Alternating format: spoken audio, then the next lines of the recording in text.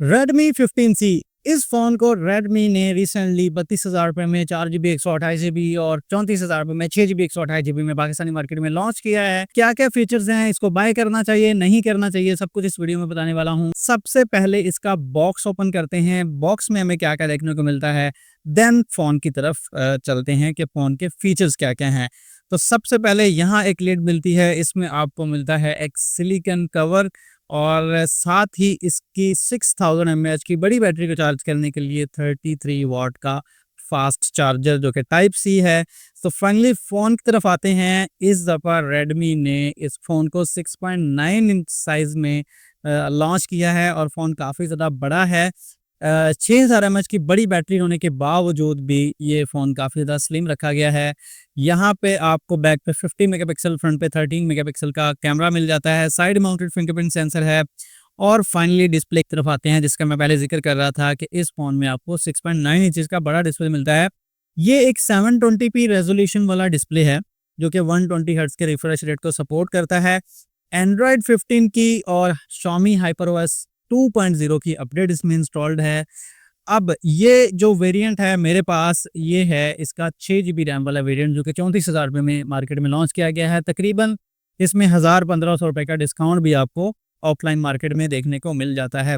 यहाँ पे अगर मोशन की बात की जाए तो फ़ोन नॉर्मल यूज़ के ऊपर काफ़ी ज़्यादा स्मूथ चल रहा है, लेकिन जब मैंने इसको थोड़ा-सा इस पे लोड डाल के चेक किया हल्का-सा, तो फ़ोन काफ़ी जगह पे स्टक होता हुआ मुझे महसूस हुआ है।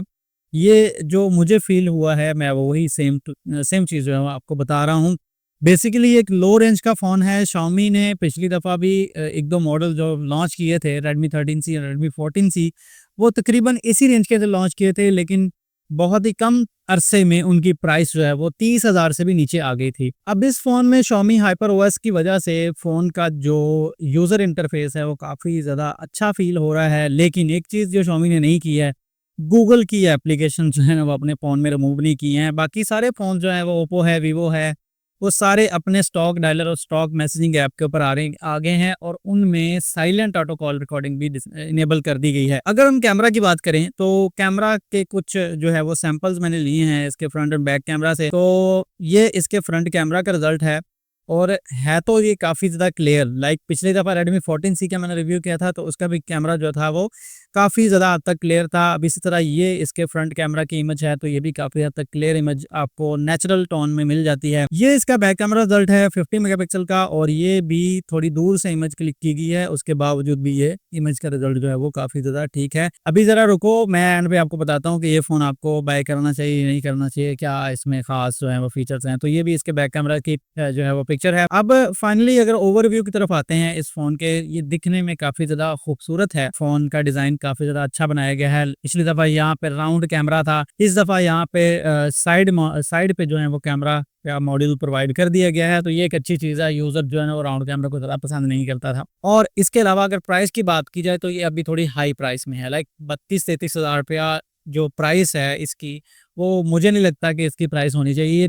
30,000 रुपए से नीचे वाला फ़ोन है। अब इसमें ना बहुत सारे लोग जो Xiaomi के फैन्स होते हैं या इवन खुद ब्रांड है, वो खुद इस चीज़ को बुरा फ़ील करता है कि यार इस फ़ोन के रिलेटेड जो है वो नेगेटिविटी फैलाई जा रही है। ऐसा कुछ भी नहीं होता है। देखें, आई एम अ रिव्यूअर, मुझे मार्केट में कस्टमर की डिमांड क्या है उसके हिसाब से मुझे चलना है और कस्टमर को सबसे पहले रखना है। अभी जब थोड़ा टाइम गुज़र जाएगा, महीना 2 महीने गुज़र जाएँगे, तो ऑटोमेटिकली इन फ़ोन्स की या इस रेंज के अंदर जितने भी फ़ोन्स आ रहे हैं, उनकी प्राइस जो है वो नीचे आना शुरू हो जाएगी। उस वक़्त ये फ़ोन लेना ठीक रहेगा। जैसा कि अभी पिछले 6 माह से Redmi 14C के साथ चल रहा है कि उसकी प्राइस भी लॉन्चिंग प्राइस यही थी, लेकिन डाउन होते 26-27 हज़ार रुपए पे आ गया 6GB 128GB वाला और 24-24.5 हज़ार रुपए पे 4GB 128GB वाला वेरिएंट आ गया है। उम्मीद है आपको इस वीडियो की समझ भी आई होगी, पसंद भी आई होगी। तो अपनी राय के आधार अपने कमेंट्स में ज़रूर करना है। ये एक छोटा-सा शॉर्ट ओवरव्यू था इस फ़ोन के रिलेटेड। मैं तो लंबी-चौड़ी फेंकने की मुझे आदत नहीं है भाई। तो चैनल को सब्सक्राइब कर लीजिएगा। मिलते हैं नेक्स्ट वीडियो में, तब तक के लिए अल्लाह हाफ़िज़।